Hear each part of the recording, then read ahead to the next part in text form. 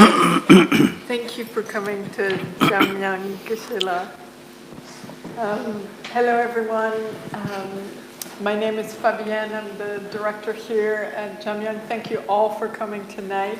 I just wanted to introduce Geshe Lhakdor. Geshe Lhakdor, we're thrilled that he's here tonight. This is his second day of a week-long visit in the UK. And he very kindly has agreed to have a real action-packed week-long. I think he has several events a day, and he agreed to come here, and we're really thrilled. Geshe Lhakdor is the current director of the Library of Tibetan Works and Archives. It's a huge project, a wonderful endeavor, and we've got the newsletter of the archive here and the catalog of the books, and I'll put this outside so people can connect. But Geshe has been director of the archive for 16 years, and it's a thriving school for those of you who have already been to Dharamsala. I'm sure you visited. Who organized a tremendous amount of classes, both Dharma and language. Published many books, and I'm sure all of our bookcases probably have quite a few publications that I've printed from there, so thanks to the kindness of Geshe La. And has been translating for His Holiness intensely before that for decades, and was also involved in the Science for Monks program, and is on the trustees of one of the many projects of His Holiness, the Foundation for Universal Responsibility. So obviously, because these 2 weeks in London, there is so much going on related to the climate crisis and Extinction Rebellion activism. We asked Geshe La to talk about universal responsibility and the climate crisis, and so very kindly he has agreed to do that. And so thank you, Geshe La.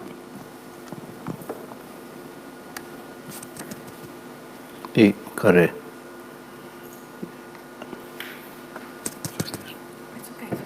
It's okay? Yeah, it's working? Yeah. Can you hear me? Surprising. Okay. Good evening.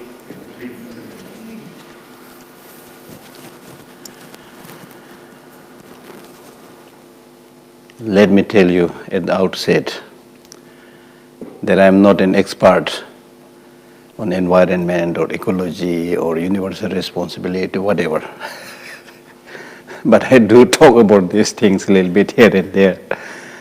And normally, at the request of people, I try to say a little bit. So first of all, I must say that this is probably my second or third visit to Jamyang Center also. When Geshe Tashi was here in the very initial stage, I was here, and we had momo together, Tibetan momo. So now he's abbot of Saramay Monastery. I met him a few times, and I'm meeting him in December also.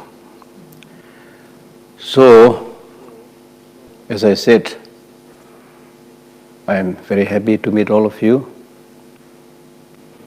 When we talk about universal responsibility or eco-crisis, as I said, I'm not an expert. So, for the details of the threat of ecological or eco-crisis or lack of sense of responsibility, experts may have many data to show and scientific findings to show. So you better study those. But as a Buddhist myself, and based on my meeting with many people and talking to them in different places, what I find is that sometimes we make a very simple issue a very complicated one. And many a times we do a lot of talking but not doing much. So these days I've started saying that in Buddhism we say ignorance is the root cause of suffering. And I say, yes, I agree with that. But it's not just ignorance, but inaction, which is the root cause of suffering. Just today, interestingly, I read this piece on the calling climate change protesters. Hypocrites will not save the planet, this part. And then there is a line which says, the writer of this piece says, I can't count the number of commuters, drivers and friends who have told me this week that they agree about the climate and feel that someone should do something, but haven't made a single change in their own habits. So it's not only in terms of solving the climate crisis, but in solving any human problem. We have this tendency to say we have to do this is the problem, But who's going to solve the problem?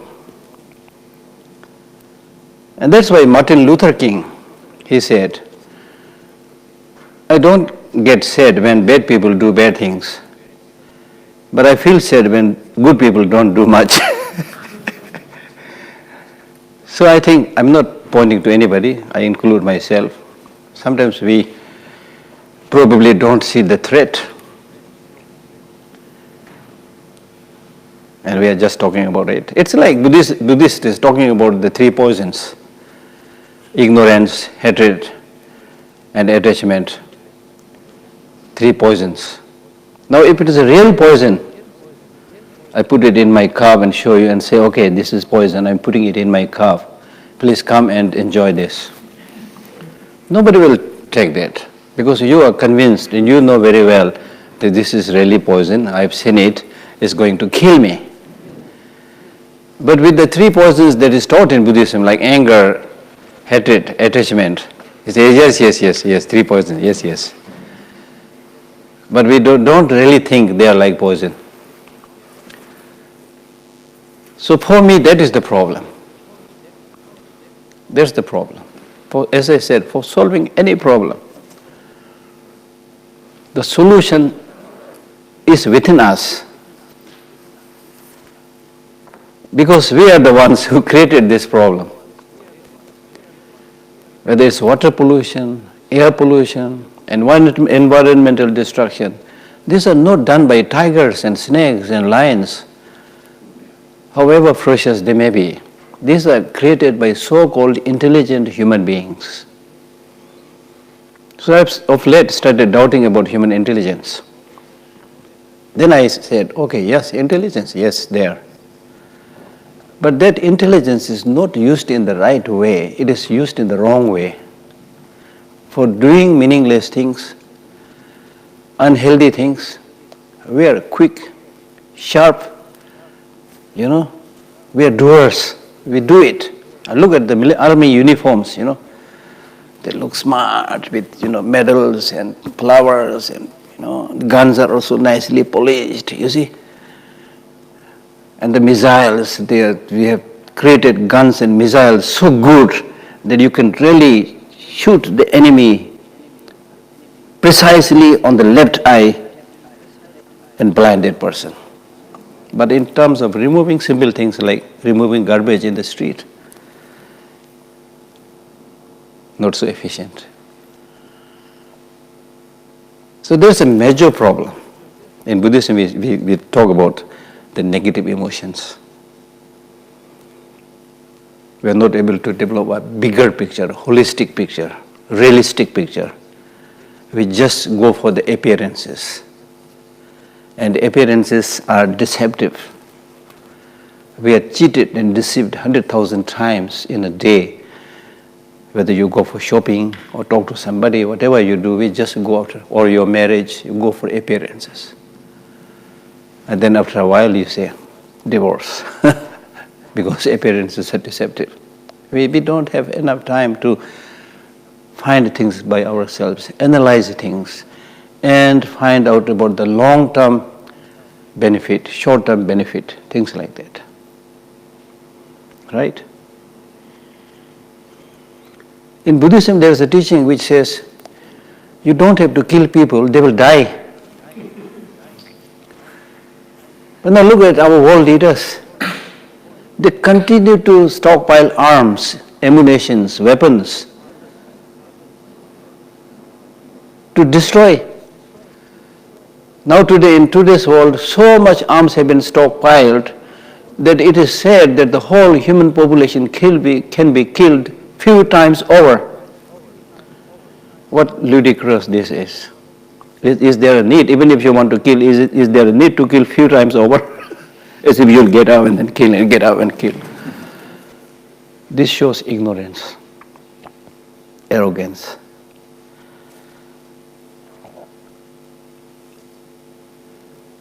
Now, when we talk about eco-crisis or environmental crisis, we need to simply see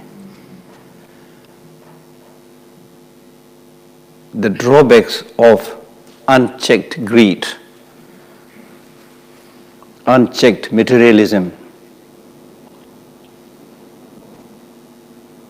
Each and every country thinks about developing their GDP growth every year. If that growth is not there, they start thinking something is wrong.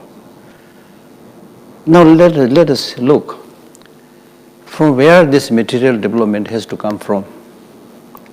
Material development means physical development. They have to come from environment. Environment is material, physical. Anything that is material, physical, by definition, has limitation.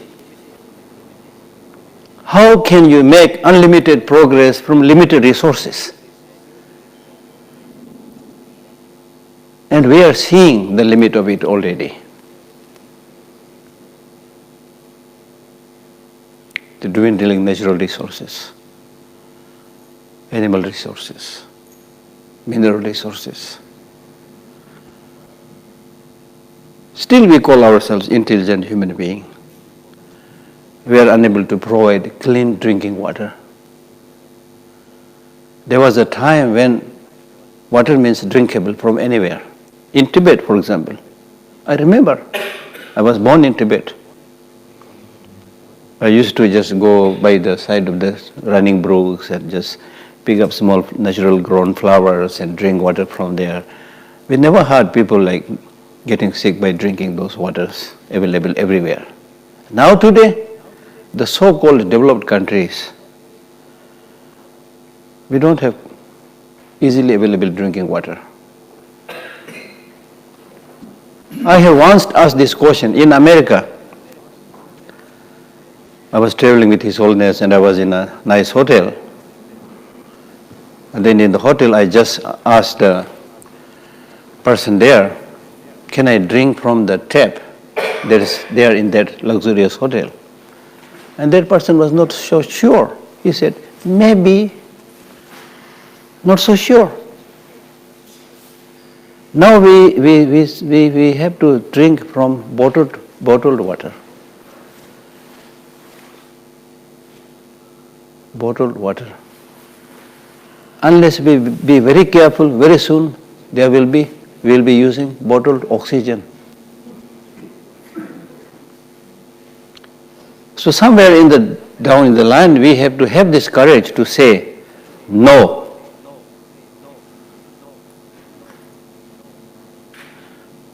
Because the problem is we cannot criticize somebody. The business people, normally we say, okay, they are the ones. But we are also accomplice to them. We are directly, indirectly buying from them, and we buy many that is totally unnecessary. We buy because everybody is buying. We are not able to take a stand. Right? Now even here I see everywhere bottled water. At least Jamyang Center didn't give me a bottled water. That's good. Sometimes it may be necessary because of the situation right now, but many a times you don't have to drink from bottled water. So we need to play our part. So therefore we need to know very clearly the limitation of the natural resources. A time will come. Let me read a little bit. This book published 22 years back. And I was reading this a little bit and I said, oh my God, still relevant, but nobody seems to be doing much. So this one, for example, says,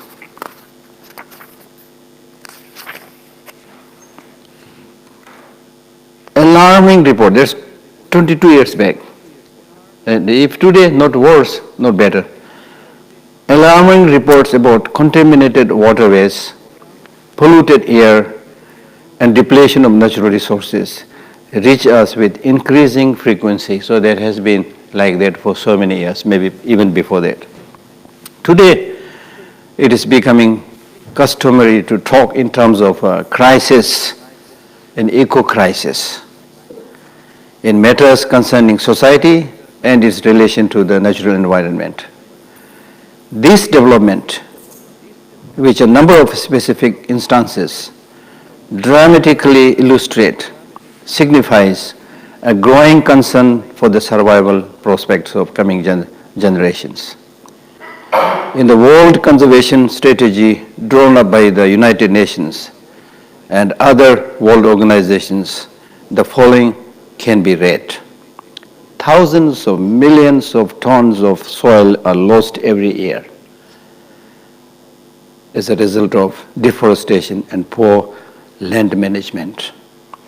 At least 3,000 square kilometers of prime farmland disappear every year under buildings and roads in developed countries alone. Now buildings, the concrete buildings are coming everywhere. I travel to many, many countries. Everywhere you see the concretes coming up, which means clearing the trees, the green plants and things like that. In widening swaths around their villages, the rural poor strip the land of trees and shrubs for fuel, so that now many communities do not have enough wood to cook food or keep warm.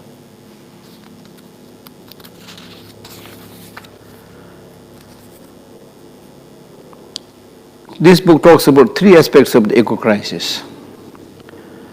The eco-crisis manifests itself in a variety of ways, and here I would particularly like to point out three important aspects.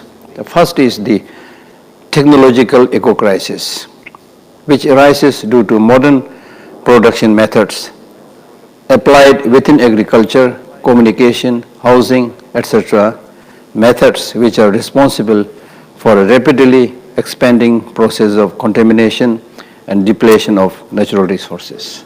Second, the political eco-crisis, which involves the ways in which economy, laws, commerce, and dependent factors encourage a short-sighted exploitation of nature both locally and globally.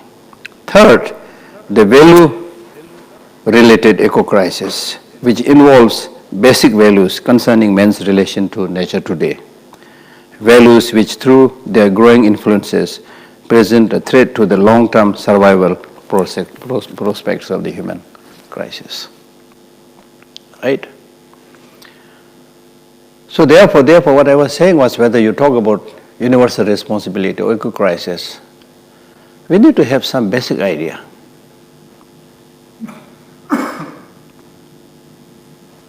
In Buddhism, we talk so much about loving kindness, the need to have loving kindness, the need to have compassion, things like that. That is not there today. That is disappearing. People judge with each other how much I can get benefit from this person. You see? So we need to have that love and affection and compassion and think seriously, what are you going to leave for the next generation? Or at least your children, what are you going to leave for them? Concrete buildings or much more than that? Right?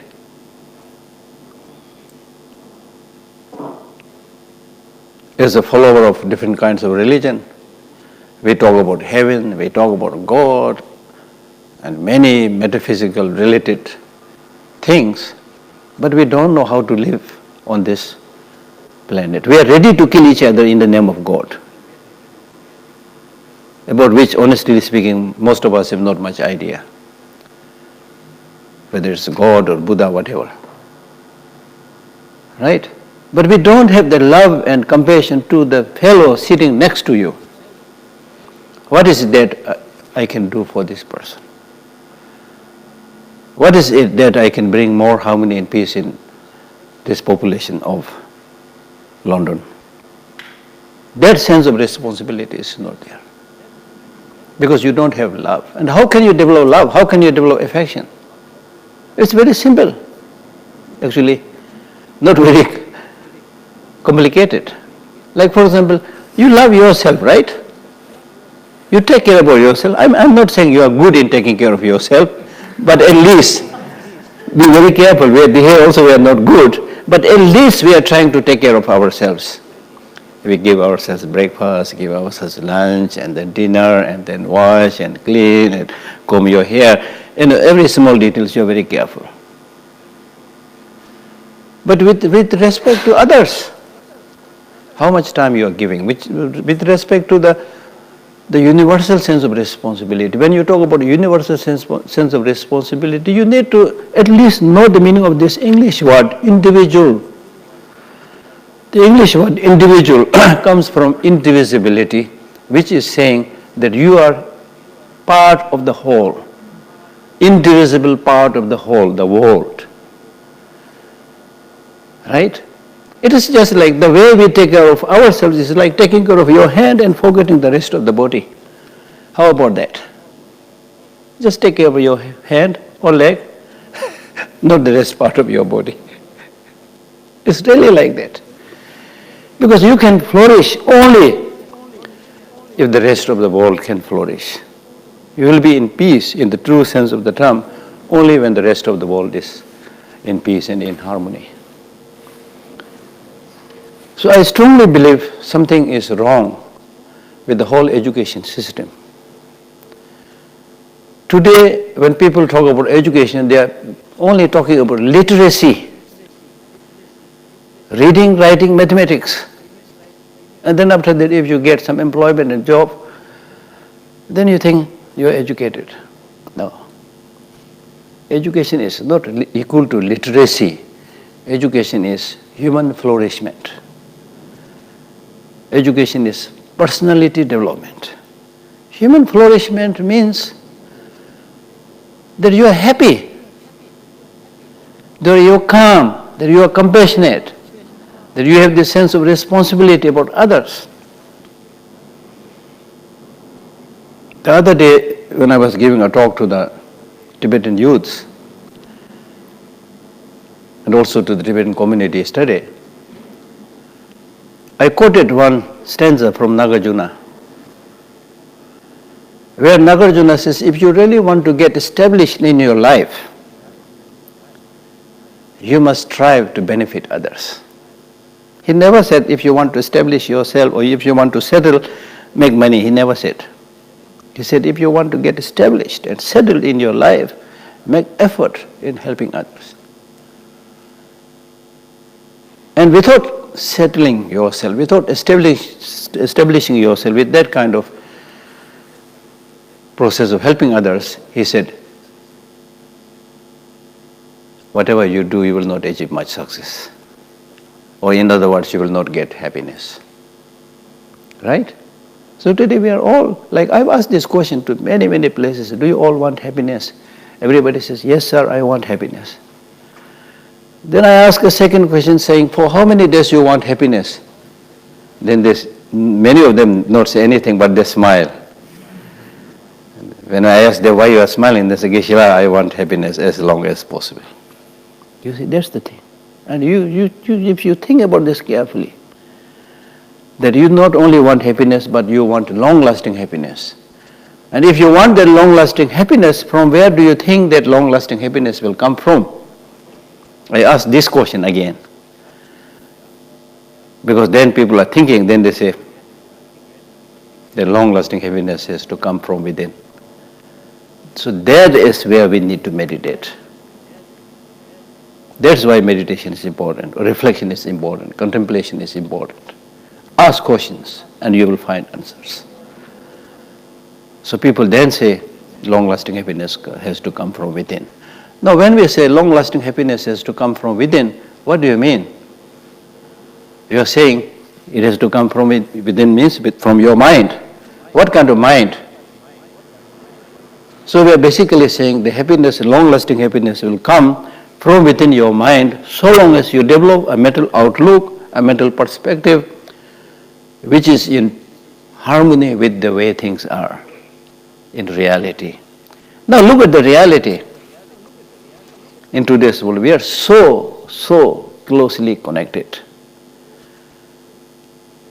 You cannot say, I live in this country, I don't care about what is happening in the other country, things like that. Especially in today's world, because technology, the speed of technology and science has thrown all of us into the face of each other. So that Buddhist teaching of interconnected reality is proved with the speed of technology today. And then also if you look at the nature is, the need to know the nature is important because nature is unbiased. When the sun shines, it will never say, I will shine only to the Tibetans or not to the Chinese or things like that. No. The sun will shine wherever there is a possibility to shine. But if you hide yourself in darkness, okay, there's no problem of sun. That's what we do all the time, you see. And then if there is, for example, a flood, it will never say, I will shake only the notorious people and not the good people. Or I will shake only the Americans and not the Chinese.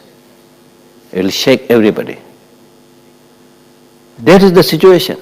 If you do a major damage to the climate, to the environment, all of us will suffer. All of us will suffer. Right? So we cannot afford to delay the ways and means to solve the environmental and eco crisis. And the process of solution is that each of us has to make some commitment. We may not be able to do everything, but at least play our part, wherever there is a possibility. As much as possible, refuse to drink from bottled water. As much as possible, ensure that you don't use plastics. As much as possible, you keep your surrounding clean, plant some trees. All of us can do that. All of us can do that. And in the true sense of the term, there is your religious practice. Whichever religion you follow. Many people have very unhealthy understanding of their own religion, at least from my perspective. Right? Religion is servant of human beings. Right? And the Buddha, for example, he said, if you love me, love my children. And he clearly said there is no religious practice which does not help others. So our main concern, duty, is to help everybody with love, with affection. You should gradually develop such a feeling that as soon as you see somebody, there's no need to have any introduction from which country you belong to, which religion you belong. These are superficial questions. We do ask, is a conventional thing, but actually you don't need introduction. You know that this lady I'm meeting for the first time, but I know she wants happiness, she do not want suffering. This gentleman, very famous, maybe president, prime minister, but I know he also wants happiness, does not want suffering. And I know this woman is also going to die very soon. I am also going to die very soon. The famous president is also going to die very soon. So with this realization, there is no room for enmity, conflict, killing. That's why I cited this quotation, you don't have to kill people, they will die. Right? So by the same token, we can say you don't have to create suffering upon other people, they already have suffering. And that solution is possible if you understand the reality. As I said, the reality, if you talk about environmental reality, it is not biased. It will affect all of us. If we do some great damage, it will affect all of us. All of us will suffer. So it's really like a question of sinking or swimming together. In ordinary terms, we are very good in making discriminations. I'm monk, he's layman, this is women, this is American, this is Chinese, and we are fond of this highlighting and emphasizing on the differences. We don't know how to highlight the similarity, that she also wants happiness, he also wants happiness. My happiness is also dependent on this gentleman's smile. As simple as that, you see. And His Holiness the Dalai Lama has repeatedly said, if you know how to live happily and harmoniously and make more genuine friendship, then this earth itself will become like a heaven. This reminds me a Tibetan teacher who said, there is nobody who will catch hold of your hand and throw you into heaven. God cannot do that. Buddha cannot do that. Similarly, there's nobody who will catch hold of your leg and drag you or throw you into hell.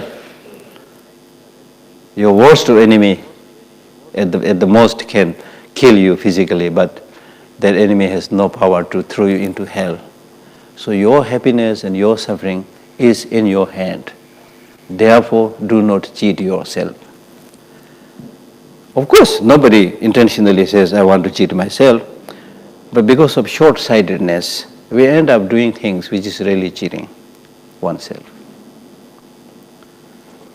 So therefore, to make a long story short, you need to do something that will bring happiness right now. Right now, that will bring happiness right now. When we talk about having happiness in life, life consists of minutes, hours, years. So your present moment is included in that so-called life. So if you are not happy today, part of your life is unhappy. Right? So it is important to be happy right now. And much of the problem that we see today in the world is a clear indication of starvation of human mind. Starvation of human mind. I did not say starvation of the body, I said starvation of human mind. For body, we give breakfast, lunch, dinner, and in between Kit Kat or whatever. So many things, right? But for the mind, what are we giving? And mind is the maker of our destiny. Mind is the one which makes choices, which makes decisions. As I said right in the beginning, we have this wonderful human intelligence, but that intelligence, remain untrained, neglected as it is, and in many cases, unfortunately, it goes in the wrong side. It lets the ignorance rule your ignorance, and then because of that, you develop anger, jealousy, hatred, and make yourself life unhappy and others' life unhappy and things like that, right? So therefore, it is really important to start from simple facts. I'm not trying to talk about complicated things which I don't know, and also I am not interested in talking about many complicated, incomprehensible things. But what I'm talking about is what you can start doing is in our own life, whoever you are, highly educated, not so educated, whoever you are, we're all intelligent human beings, right? There are many things we know that I should not be doing this, so stop doing that. There are many things you know that I should be doing this, start doing that.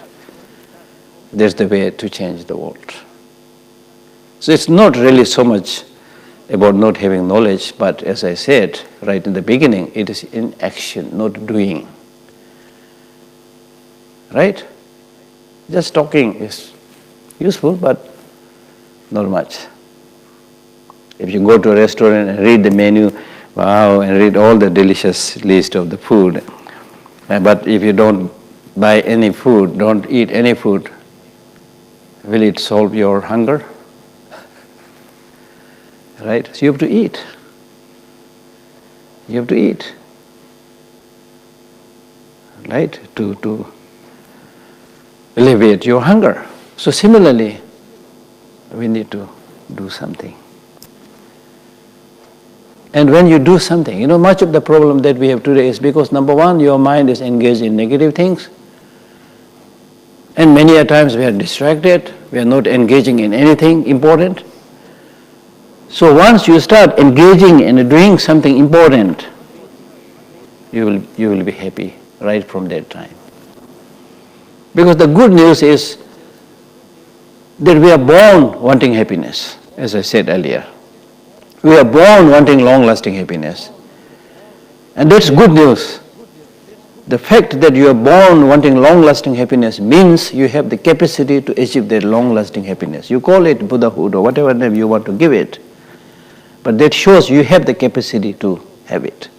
But the problem is, we don't practice. Now this is now proved by the brain scientists. They talk about brain cells, that in terms of number of brain cells, the brain cells of a young kid and the number of the brain cells of a young kid and number of brain cells of a grown-up person, in terms of the number, there's not much difference. The difference is connection. And connection also, especially if you make the healthy connection through meditation and things like that, the more you make that healthy connection, the more you become a kind, compassionate person. It is scientifically proved. This is equal to the Buddhist teaching on meditation. Meditation means not sitting in a corner, closing your eye. Meditation means making your mind habituated with positive ways of life. Making your mind habituated with positive qualities. Why this is important? This is important because you are controlled by your mind, not by your body. That's not a big issue, that's okay. But the problem is the mind which is controlling you is predominantly short-sighted, stupid, ignorant. That's the problem. That's the problem. So therefore, through meditation we are saying that, okay, our mind, I am controlled predominantly by negative emotion, that's why I am suffering. Now, I need to make my mind habituate with the positive emotions so that I can have happiness. So meditation is a process of selecting a healthy, good leader, a leader with wisdom, a leader with compassion. So whether it is in terms of, shouldering the universal sense of responsibility or in terms of removing environmental crisis or eco-crisis, you need to change. Don't worry about change of the world, which is good, but you are part. You start from yourself. You play your part. You play your part. Think globally, act locally. Even many of the Buddhist practitioners, we always pray, may all sentient beings have happiness and the cause of happiness. It looks very good, May all sentient beings means globally, like big talking. But what about your next door neighbor, the poor next door neighbor? How you deal with your next door neighbor, that is the issue. Just talking about infinite sentient beings is easy because you have not much idea where these infinite sentient beings are, honestly speaking. So therefore, I always say, think globally, act locally. Live happily with your environment. Create beautiful environment. Don't pollute them. Clean them. Live harmoniously with your fellow human beings. Make them happy. Right? So with this kind of, you don't have to go into many details. If you're able to go, it's good. You can do a lot of intellectual exercise, do this research and talk about all the data and findings. As I said, there's an intellectual way of doing things which is maybe good, sometimes very compelling, to show the data and facts, things like that. But we can also simplify it. we can also simplify it. Just develop simple love, simple affection, and pray, not just pray, but also just as you are praying, may all serene beings happy, then say, may this lady be happy, may this nun be happy, things like that. And then in your day-to-day encounter, be nice, be kind, smile. You can make their life very happy. Very happy. You don't have to have a lot of money to make others happy. It's not that complicated. I'm not saying it's very easy, but also not impossible. It's only a question of training the mind. I have met a number of people who at the first glance look like, oh, this man is very intruding. He really looks nasty, you know. That's our projection. But then on a second reflection, oh, this is how I feel, but he or she may not be like that. Then just try to smile, you know, and say hello. You know, this person melts down. He is very kind, very nice, you see. I have traveled over 30 countries, although my time in all these countries are like almost equal to none, because I'm always traveling, doing something, and then going back, you know. So most of the time it is between the conference room and the hotel.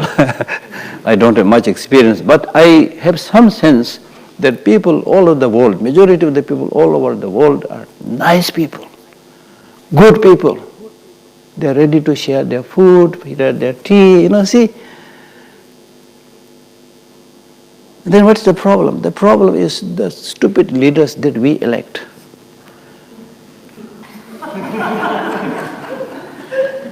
Yes. And then once they get the power, they get hungry, you know, then they do all kind of stuff because they have the power. If we don't have the power, then there's nothing much we can do. So we need to, when we talk about this universal or global sense of responsibility, the responsibility lies in electing a good leader, right? Which is good, most importantly, which is compassionate, like a leader who has this feeling for people in general, especially for the poorer community, poorer section of the people. For the rich people, all the leaders seem to be in league with the rich people. There was a time when the world is ruled by army generals. Now we are living in a time when the world is basically ruled by the big business people who funded the election. You see? So therefore, it is really important not to get discouraged. And His Holiness the Dalai Lama says that in your life, if you are able to make at least 10-20 people happy, you have made your journey on this planet successful. How beautiful this is. And if you are not able to do that, you may be very handsome, you may be very beautiful, you may have a lot of money. So what? We came into this world with nothing, naked, without even clothes on the body, knowing nobody. There is a joke where immediately after the birth of the child looks at the mother and says, have we met before? Right? So we knew nobody. Very helpless. Then what we did, the first thing we did was crying. Not laughing, not smiling. Laughing. No difference between American children, Chinese children, Tibetan children, you know, no difference. The first thing the child does is crying. And by crying, what the child is asking, what do you think the child is asking? I am 100% sure the child is not asking for a lengthy discourse on Buddhism. Or for that matter, any religion. The child is asking for somebody's love. They love also unconditional love. Why am I emphasizing on this unconditional love? Because as we grow up, the unconditional love that we needed in the beginning becomes conditional love. I love you so long as you love me. That is what we do when we are grown up. And then the love becomes a business love. You see?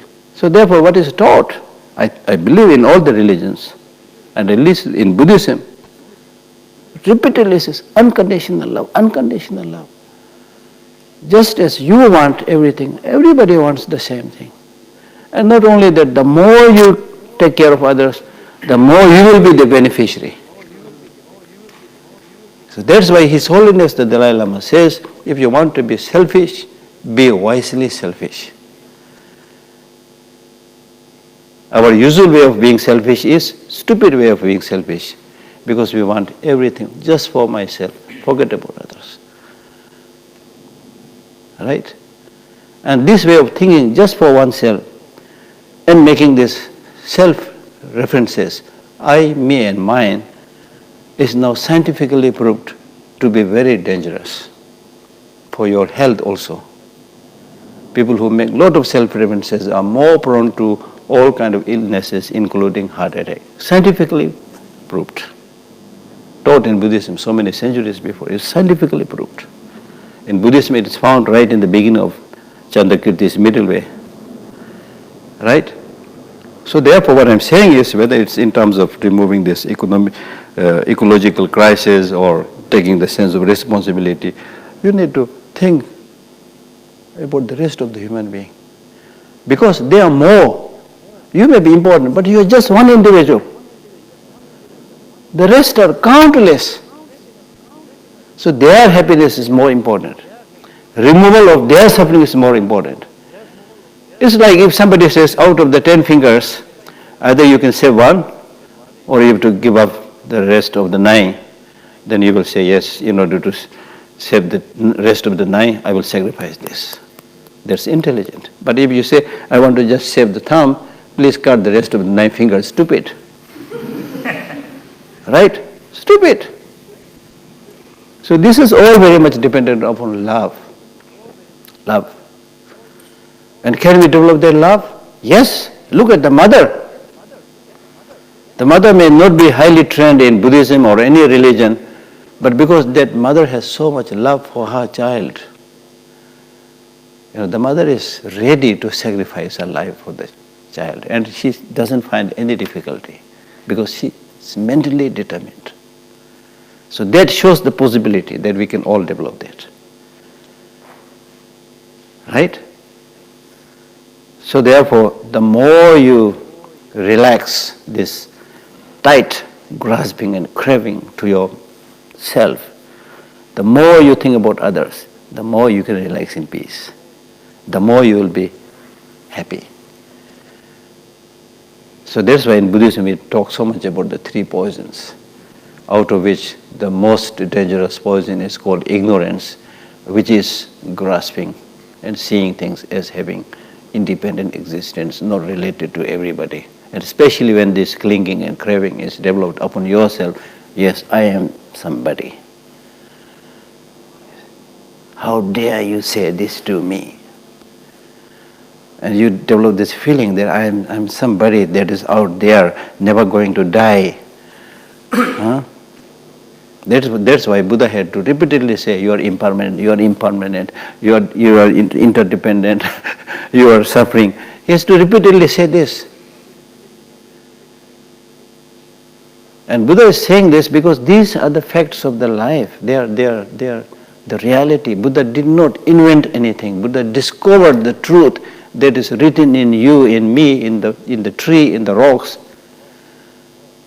He was able to see that. And he is saying, you are not seeing that. Please see this. We are interconnected. Please see that we are impermanent. Now impermanent also doesn't mean only death and decay. Impermanence means change. Impermanence means flexibility. That if things are permanent, there's nothing you can do. If things have independent existence, there's nothing you can do. It's the way things are, but it's not. It is interdependent. It depends on many causes and conditions. So manipulate the causes and conditions. You can change, you can become better. Because things are changing, you can cultivate the right causes and conditions. You can change for the better. It's an amazing, wonderful teaching. So therefore, what I'm really saying is we need to understand how closely we are connected towards each other. How much your happiness is dependent upon others' happiness. So in many of my talks, at the conclusion of the talks, I always tell people, I'm going to give you a commitment, just like somebody has given you a tantric initiation. And that commitment is, whatever may come in my life, I will never make my mind unhappy. That's the commitment you need to take from me today. Whatever may come in my life, I will never make my mind unhappy, because feeling unhappy, feeling sad, never solve any problem. It will create more problem. The situation always may not be to your liking, but you can change your attitude. Right? It may be raining heavily outside. Because it's raining heavily outside, don't get upset. Bring that sunshine within yourself and you will be happy. So happiness is something that has to be cultivated from within yourself by seeing the reality. You will be happy. And you will be happy because you're a human being right now. Somebody came to me and once asked me a question, Geshe-la, can you please teach me meditation? I said, are you sure you want to learn meditation? He said, yes, I want to learn meditation. Okay, then I'll give you that meditation. I have nothing to teach you, but go outside, spend this whole morning and think that you are a cow, not a human being.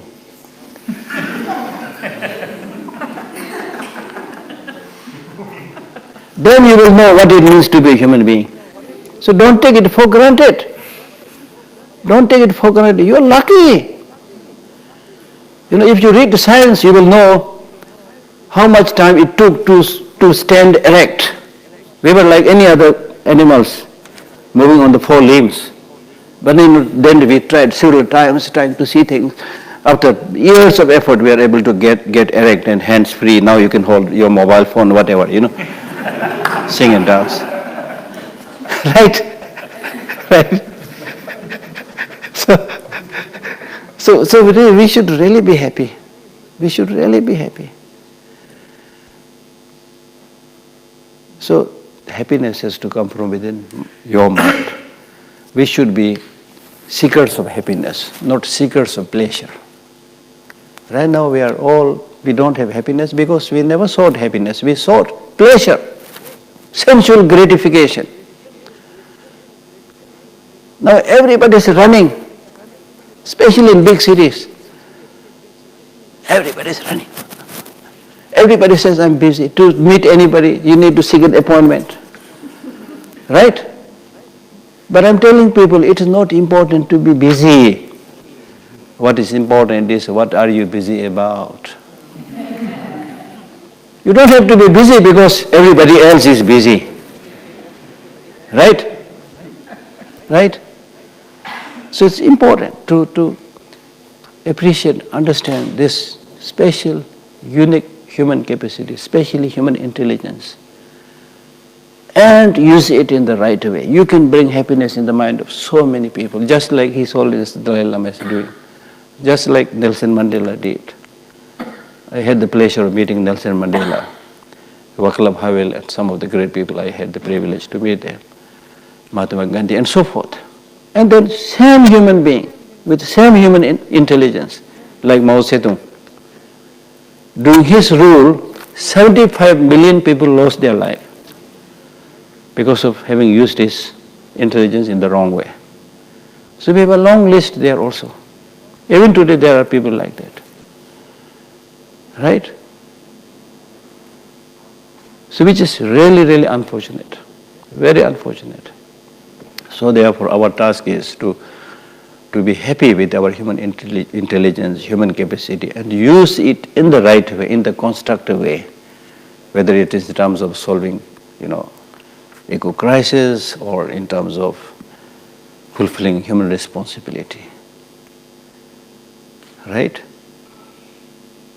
We should belong to that community which is finding the solution to problems, which is not just talking about problems. Right? And His Holiness the Dalai Lama once says, in terms of your spiritual practice, you should be like the people who participate in marathon race or in big Olympic games, How much practice they undergo. to make their muscles or whatever, you see. Right? So therefore, pay more attention to your inner values. We are facing all this crisis because there is a value crisis today. Everything has a value. Your pound has value. Dollar has value. Everything has value. What about human value? The most important thing is human value, but that most important thing is now disappearing. Paying more attention to the value of the money, not human value. That is the problem. That's the problem. Right? So therefore, I would like to conclude by again citing a quotation from this same newspaper I read this morning, where it says that a society grows stronger when old men plant trees whose shade they know they will never sit in.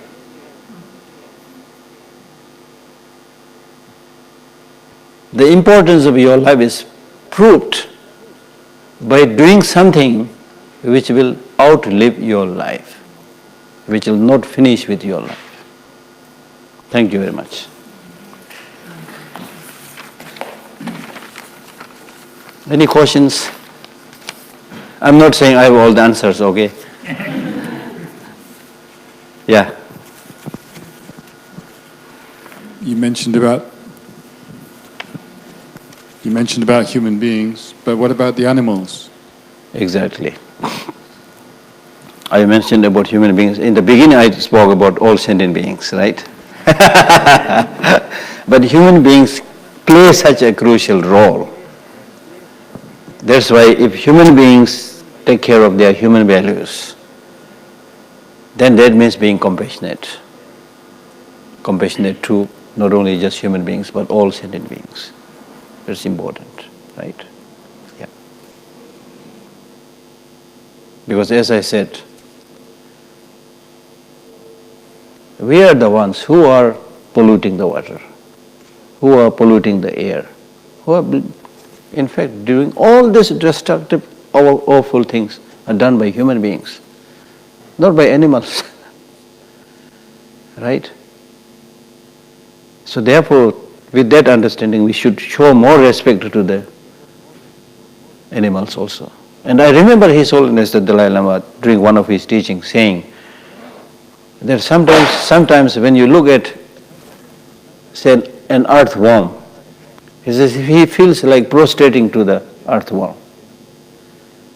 Because that earthworm maybe looks very helpless, just wriggling and moving sluggishly, things like that. But what kind of harm he is doing to us? Even in his own limited capacity, he is producing that fertile soil, you see.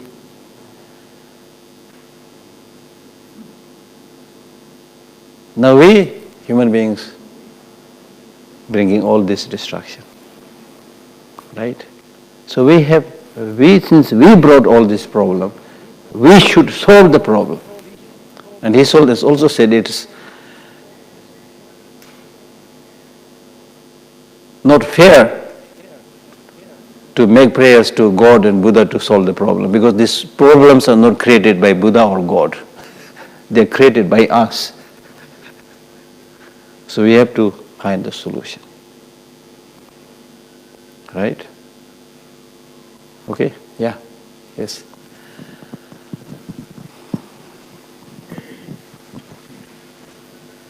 How do we best encourage or gently persuade those that don't want to take action, especially on climate change, or those that don't really see it as a problem? I think there can be many ways. One, as I said, start doing yourself, because there you don't need the assent of a powerful political leader or things like that. There are many things you can do that you should start doing. Your group or whoever, all of us, of course, wherever we are, we should start doing that. That will, sometimes, action speaks louder than words. Sometimes if you're not careful when you become very active, it's good, but sometimes it may be hurting the ego of somebody, you see.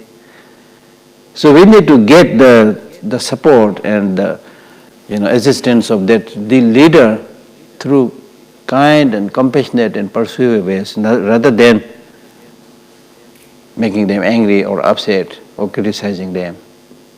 And sometimes without saying anything, you do it yourself, and then other people also follow you suit. This reminds me a Tibetan saying which says, all activities are imitations, and whoever does the best imitation is called a scholar. Right? So all our actions are imitations. If you do a wonderful thing, many people will follow that.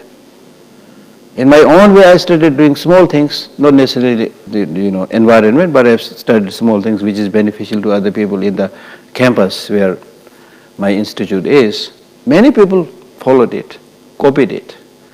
Oh, this is nice, we should do this also. They copy it, you see. So we need to start in our own small capacity doing something and share it with your friends, and they'll support you. That's the way. Creating a ripple effect. Yeah. Yes.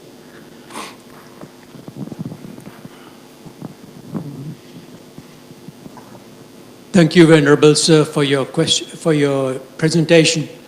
You mentioned about political leaders. I'd like to ask you about religious leaders, because also in history and today, Exactly. the conflicts between religions, Exactly. within religions, between religious leaders is just as vicious and even more. Exactly. Would you like to comment on it? Because I spoke about political leaders, but they are the ones who directly and actually hold all the powers. But that doesn't mean religious leaders are not responsible. I mean, actually, even today, in some places, the religious leaders and political leaders are also in league. They are also holding the power together. And that made Karl Marx make this very famous remark, religion is opium. Karl Marx said this in Prussia, where he saw that the religious leaders and political leaders are working together, enjoying nice life, have the power, and then telling the poor people, oh, you work very hard, you sweat, you work very hard, next life you will be born in heaven. Whereas they themselves are not working, they're enjoying. So Karl Marx said, religion is opium. You see? And worse than that, today, in the name of God, people are killing each other. In the name of religion, people are killing each other. So that makes us almost feel like saying that, and in fact, many people start thinking religion is not necessary. But the problem is not necessarily with the religion, but with the people who profess, who claim that they are religious practitioners, but they are not. They're only, in politics we say dirty politics. Politics itself not necessarily dirty, but it's the politicians who make politics dirty. Similarly, religion may not be dirty, but it's the so-called religious practitioners who make their own religion dirty. Right? So that's why now more and more people, because of this wrongdoing of few people, more and more people are now talking about spirituality. They prefer talking about spirituality than religion. I once attended a big international conference in Mexico, where there was a writer who wrote a book comparing the harms and benefits of religion and spirituality. He found spirituality much more beneficial than religion. You see? So, it's people. When religion gets in the wrong hand of people, it becomes dirty. Science also, technology also very useful if you use it right away. It gets in the wrong hand of a leader, then it's misused, you see. So again, at the end of the day, it's human beings who has to change, right? And the way to change is education. Hi. I would like to, you refer a little bit a comment you said before that we should choose our own leaders when we don't have, and when we are living in a time that there's no especially political leaders that can represent the people, the changes, where all the political leaders are more business orientated and there's not much choice for people, what we can do. So that's why, like, for any major solution, there is no quick fix solution. There's no instant solution. It's not like instant coffee, you know, there's no instant solution. It takes time, but we must make the effort. Because right now you're right, because majority of them are not healthy, because this is what the society produced. They did not drop from the sky. They came from the society, from the community. In the community, as I said, the education system is such that your whole focus is to get money. And when you see that money is possible through power, then they become political leaders. This may be true here, but in other countries, many other countries, I know people clearly say that most of the political leaders actually not very educated also. Many of them are rocks. A little bit like, almost like bad people, you see. And good people, most of them don't come in politics. I don't know how far this is true here, but generally it is like that, you see. So therefore, in the society, we need to come up with this. That's why His Holiness the Dalai Lama is now working very hard to introduce universal ethics in the schools, in the colleges. And we launched this major, we did an international launching of this program in New Delhi, April this year, where we teach now, whether you prefer call it secular ethics, yes, secular ethics, or we can use the term social, emotional, ethical learning. Because we need to introduce values which has nothing to do with religion. Universal values. I'm not saying that you can't take the universal values taught from religion, you can take that also, so long as it is universal.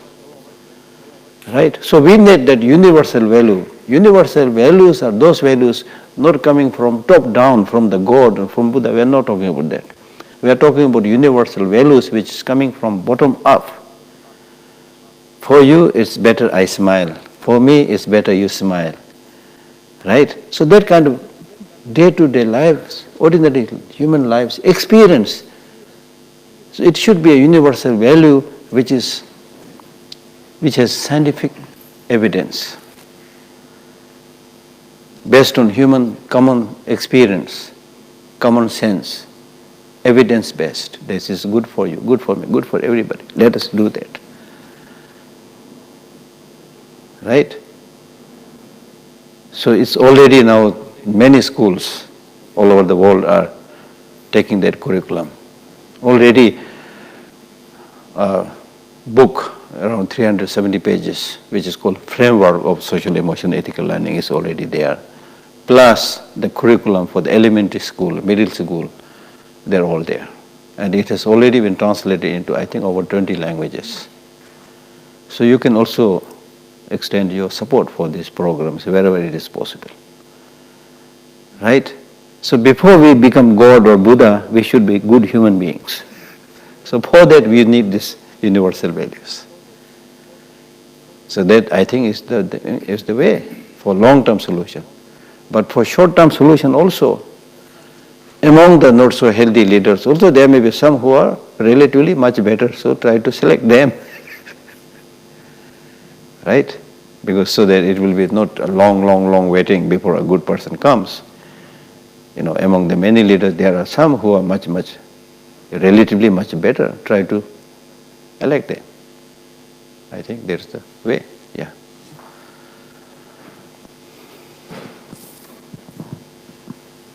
Trustee Geshe, thank you very much for this evening. I work with younger children. I teach in a primary school, and your statement, our mind is starving or suffering from starvation, I found that very, very poignant and very strong. So I would like your advice on how we can share that, or myself, share it with the children I work with and the youth I come across, because in our society, I think we are almost meeting a crisis point. Exactly. So there, as I said, with this teaching these universal values, I think is key. So we already have some frameworks also. Otherwise also, I'm sure in many schools they have this kind of program. So just find out those programs. And not just these programs, based on your own personal understanding. You know, the most important thing is showing genuine care and concern and love to the kids. That is the source of their flourishment, their growth, right? Then whatever you teach, they easily can learn, right? So that is, I think, very, very important. Then also show the value that you know, most of us, even in terms of getting money, even in terms of getting good health, everybody wants money, everybody wants to get good health. Even if that is your goal, you need these human values. If you are compassionate, your health will be good. If you are compassionate, you will have many friends. If you are nice and cool, people will say, "Oh, you're a guy, you know, nice, cool-looking guy. Please come work in our company." You know, there are many examples like that. You see. So for your own well-being, forget about talking so many things. At least in the beginning, for your own well-being, you need this. And then you can show examples. Now there are so many examples. For example, in some of the Harvard business publications, let me tell you this a little bit. A team of researchers did a research on 3-4 young people who were equally good in their study in Harvard University. So right from this time when they were in university, they followed this group, and they kept on following them even after they left the university and they got their employment, what they're doing, they got married and got different jobs, things like that. They followed them. Then they found that the person who really followed these human values, lived harmoniously with their family members, wife and so forth, and also not greedy to jump on to become CEO immediately by, you know, being opportunistic and taking advantage, but really be like nice. They gradually become CEO of the company, and also very healthy relationship with their family. Some of the others who try to take shortcut, quick money, many of them got divorced. Some of them even landed in jail for a few days. There's the finding. So get some of these findings. Now we have so much material. We just have to look through these materials and show these examples. Yeah. Okay.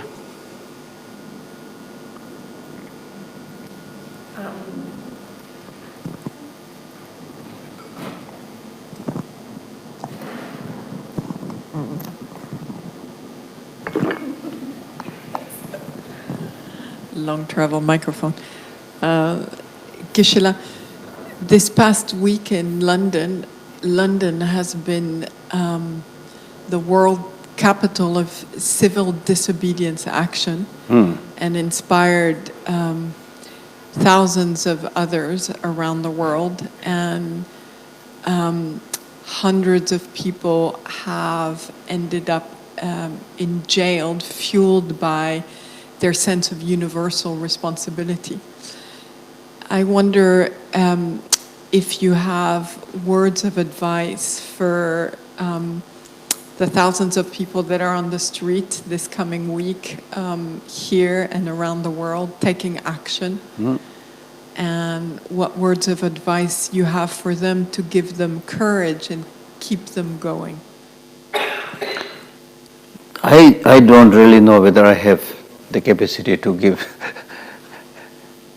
wisdom or suggestion. But based on my small experience of working with people, I came up with this statement, which I call it, be compassionate and firm. There's something that I would like to share. When it comes to getting something done, one thing that's really important is don't get angry and upset. Right? But that doesn't mean you should not take action. You should take action, be firm in your stand, relentless, but not using nasty words or getting angry or trying to destroy something. That will make others also get angry and you will not find the solution, you see. So you should really relentless in terms of your pursuit. But be compassionate. And that will not destroy your own energy. You see? Because when you want to achieve something quickly and get angry, like for example, think about anger. That's what constantly said in Buddhism. Why do we get angry? Because we get angry, number one, scientifically there are a lot of things to say about that, but normally we want to get things done quickly. Or we get angry because you have nothing good to say. Now in this case, you have many good things to say. You don't have to get angry because you are on the right track. You are doing the right thing. You can explain it. You can talk about the reasons. You don't have to get angry. Normally people get angry when their reason runs out. You see? Right? And when you get angry, you create a distance already.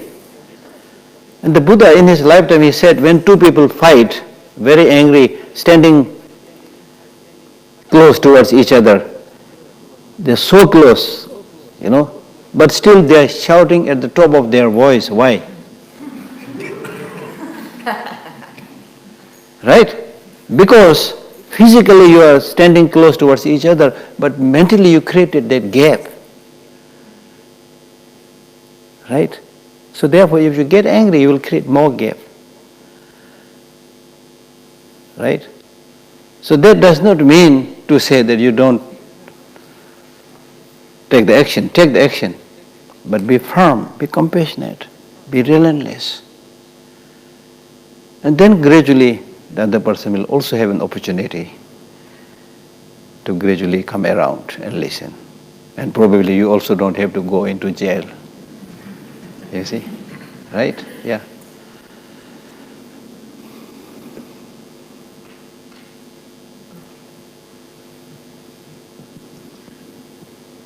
Geshe-la, you said probably they wouldn't have to go into jail, but unfortunately it has come to that.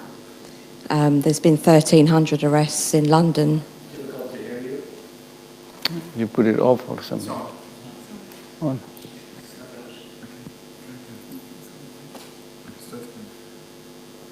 Is that okay?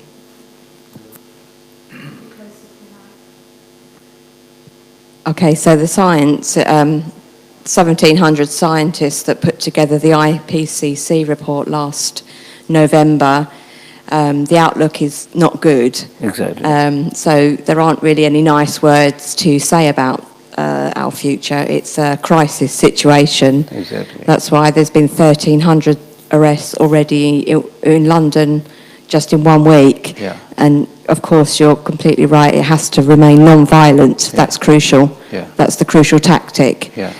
I don't really know which word to use, but I'm curious. Have you read the IPCC report? Do you realise how bad the situation is that the scientists are telling us? Exactly.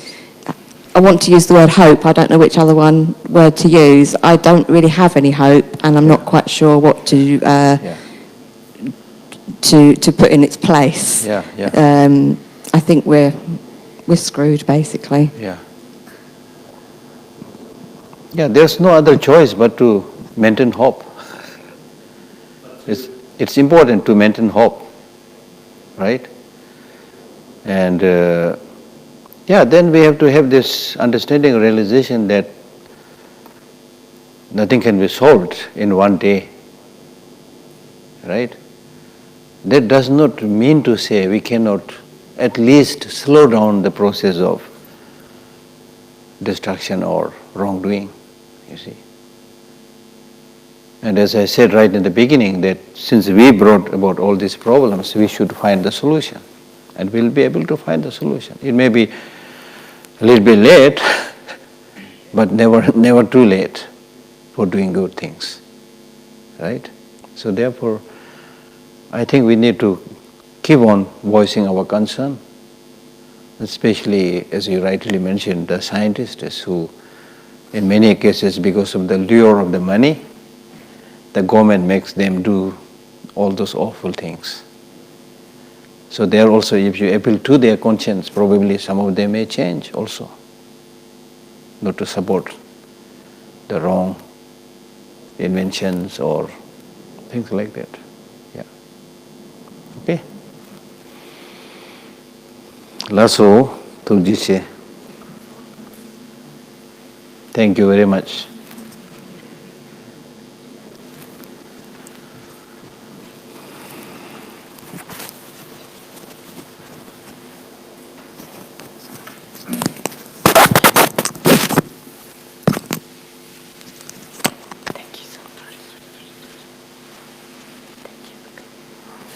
This must be having a lot of money here. Oh! But I want you to keep, please. Please keep it. Thank you. Thank you. It's very meaningful for you to come on a day like today and to share these words, because I think here in London we're all feeling raw and vulnerable, or at least I should say many of us. And so to hear your words of connectedness and open-heartedness, it's very inspiring and soothing, and we're very grateful that you took the time to come here today and to boost our morale. Thank you very much. So let us do a short prayer together. You can repeat after me.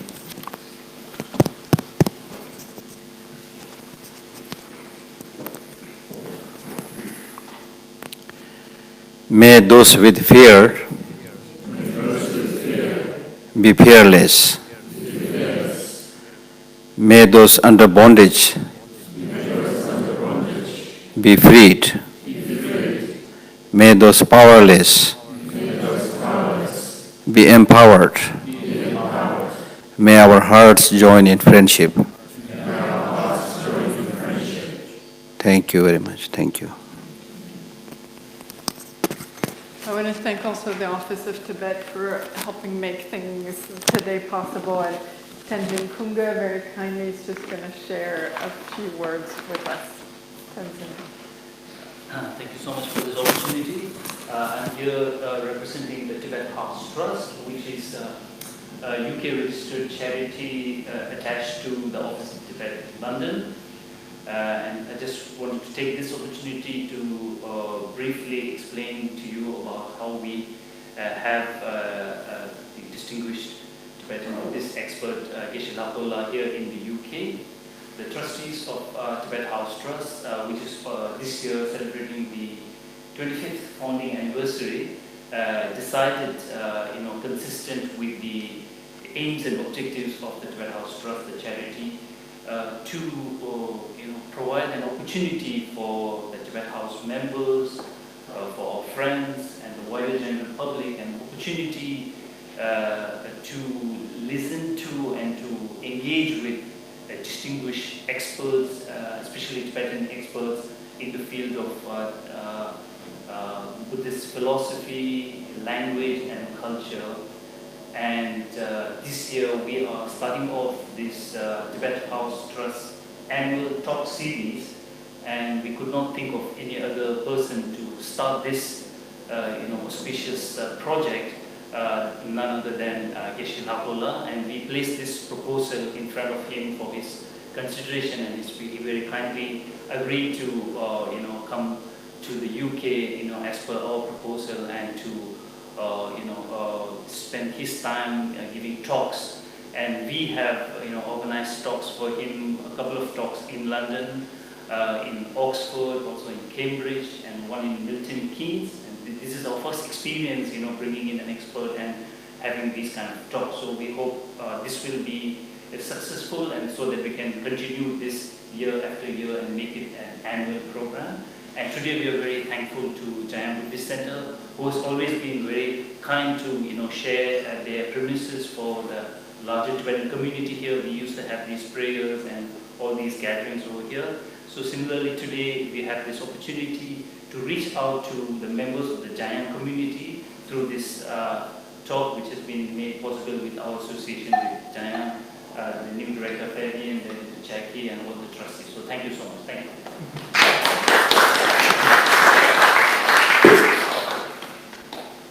Get up.